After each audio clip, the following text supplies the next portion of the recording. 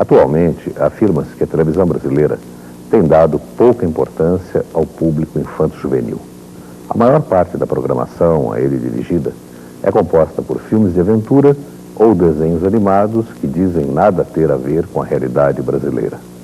Quaisquer que sejam as razões, todas elas só vêm valorizar o trabalho desenvolvido por Júlio Gouveia e Tatiana Belink. Eu estou aqui porque participei do primeiro programa do Sítio Pica-Pau Amarelo, porque eu interpretava a Emília, que é a própria alma do Lobato. A Emília, a Condessa das Três Estrelinhas, Marquesa de Rabicó, bailarina equestre, trapezista de circo, fata de pano, botadeira de nome, inventadeira de ideia, olhadeira de telescópio, caçadora de saci, mandadeira de carta, escrevedora de memórias e redatora-chefe do jornal O Grito do Pica-Pau Amarelo. Realmente foi a melhor época que a criança teve na televisão. Com todo o desenvolvimento atingido pela televisão nos dias atuais, por que é que não acontecem mais trabalhos parecidos com o de Júlio e Tatiana para as crianças? Porque aquele trabalho é experimental, é um trabalho de experimentação. E hoje a televisão dá muito pouco espaço à experimentação, ao risco. Então eu acho que hoje é mais difícil realmente você ir além, ir um pouquinho além do que já é estabelecido. E que foi o que a Tatiana e o Júlio fizeram. Eles foram bem além do que da época deles. E hoje é difícil, porque é muito arriscado. Para prender o público, para vender a mensagem ética,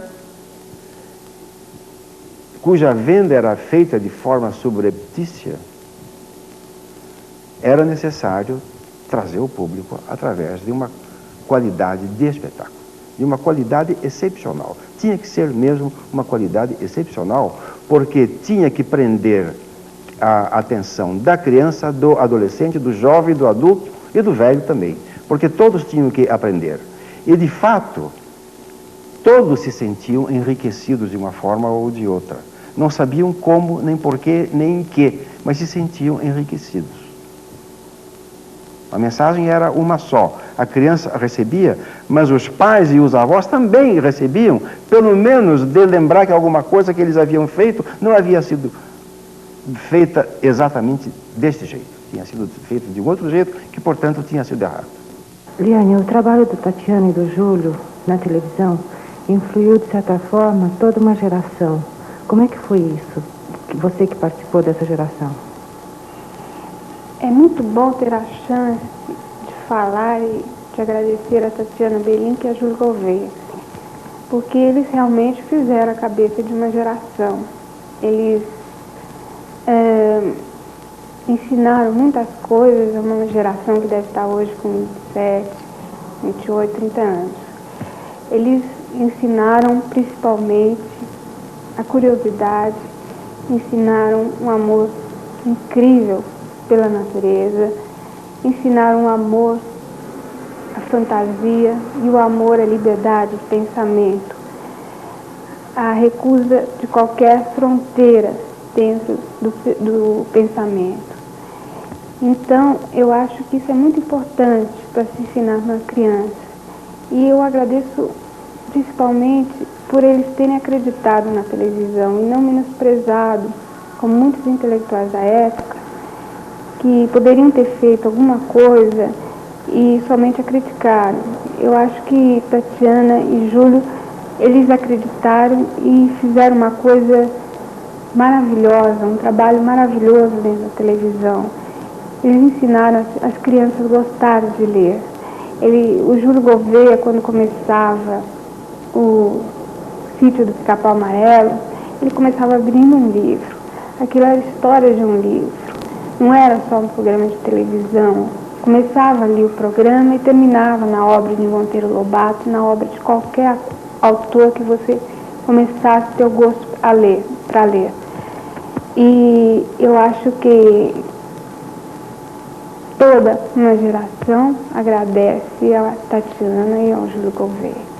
Eu tenho a impressão que grande parte, eu não posso dizer quanto em termos de estatística, mas grande parte das pessoas da minha geração foram diretamente influenciados pelo trabalho deles. É um trabalho que eles fizeram durante muitos anos, com muito carinho, de uma forma muito bonita, muito honesta, né? E me influenciou muito. Eu me lembro que eu sempre odiei novela, né? Novela eu não gostava de ver quando pintou a novela, mas os programas da Tatiana e do Júlio eu assistia sempre, com muito prazer. Isso inclusive fez com que eu começasse a fazer teatro pelo teatro infantil. Eu comecei fazendo teatro infantil no Teatro de Arena. Eu fiz teatro infantil no Teatro de Arena durante 2 anos antes de me profissionalizar. Eu tenho a impressão que foi o resultado direto dessa influência boa, honesta, coerente do trabalho da Tatiana e do Júlio. Coube a eles essa parte muito difícil da televisão, que foi a implantação do que nós chamamos hoje da programação infantil. E realmente com todo um cuidado e toda uma preocupação de quem conhecia profundamente a matéria. Eles foram os pioneiros na preocupação de ter na televisão programas infantis com um sentido altamente pedagógico, com uma preocupação muito grande em relação ao público infantil. Eles estão na história da televisão, evidentemente.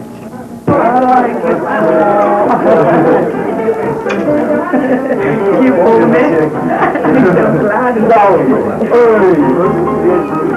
O que mais caracterizou o trabalho de Júlio e Tatiana foi o empenho em contribuir para a formação moral e intelectual de seu público.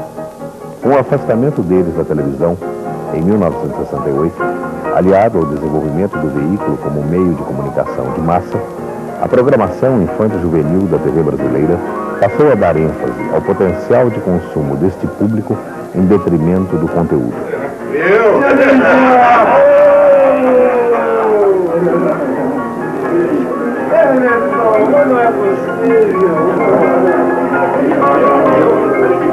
A formação de uma nova plateia infantil me parece que é uma luta entre o Sítio do Pica-Pau Amarelo atual da Globo e os desenhos de Walt Disney e Hanna-Barbera.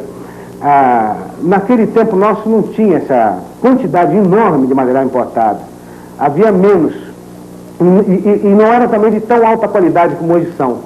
Então hoje em dia me parece que o Sítio do Pica-Pau Amarelo da Globo estabelece uma guerra mercadológica, abrindo uma cabeça de ponte para a fabricação de material infantil de alta qualidade. Agora, não podemos deixar de dizer que tudo isso começou com Vila Sésamo. Foi Vila Sésamo, a implantação de Vila Sésamo, da TV Cultura e da TV Globo, que abriu o caminho para a existência do atual Sítio do Pica-Pau Amarelo da Globo. Dizem que a televisão tira a criança do livro, e tira mesmo. Mas não os nossos programas, que eram todos baseados em livros, e que todos os programas, isso foi minha bolada também, isso também porque eu achava o Júlio muito bonito e simpático. Disse o Júlio, vamos começar partindo de uma estante, cada programa de livros, você tirando um livro, que entrava a mão do Júlio com punho, ele ganhava botoaduras todas as semanas, novas. Tirava o livro, abria o livro e começava a ler a história. E aí passava para a ação e no fim voltava para o livro e ele dava um encerramento.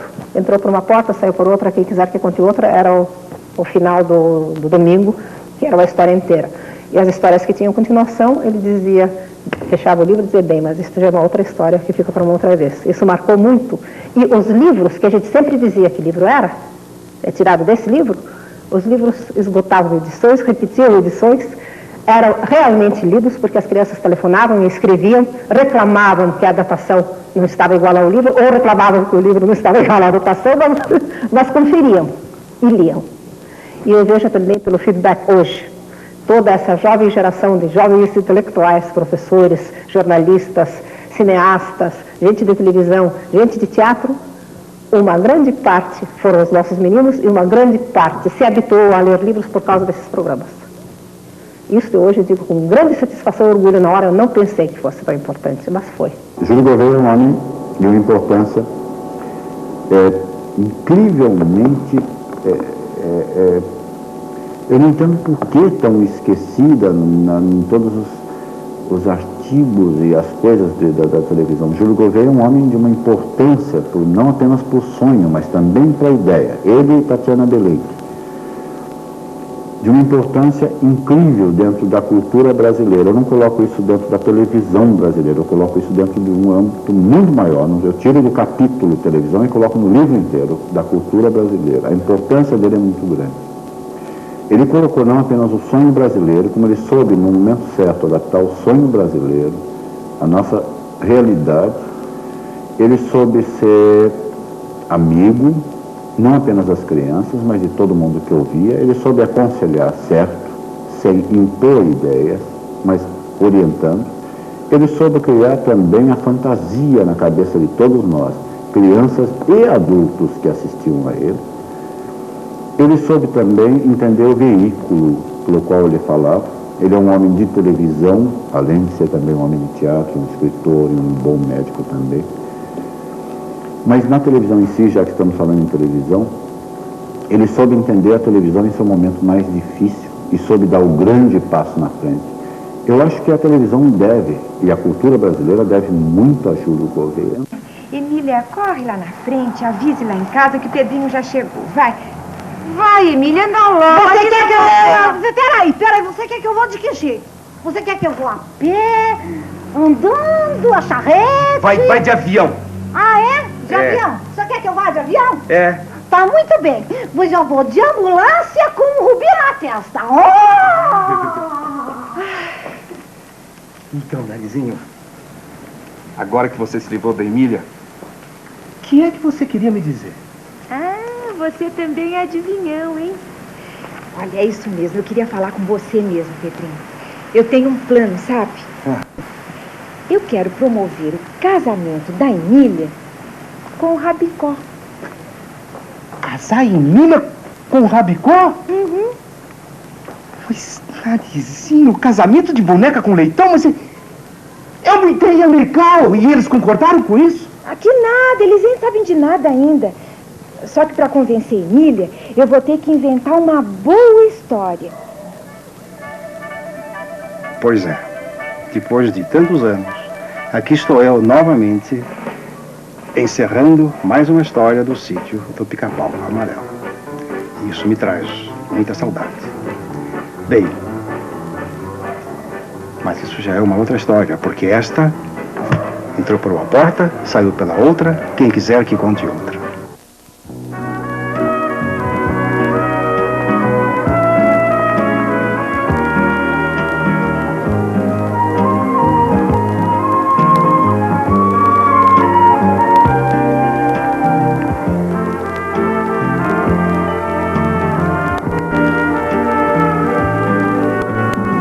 Para suprir o afeto duramente racionado do marido esquecido que um dia foi namorado, para esquecer que amanhã já foi um dia passado, para tirar a poeira do futuro imaginado, a menina moça velha vai comprando a prestação, a emoção que não é dela, transplantado o coração.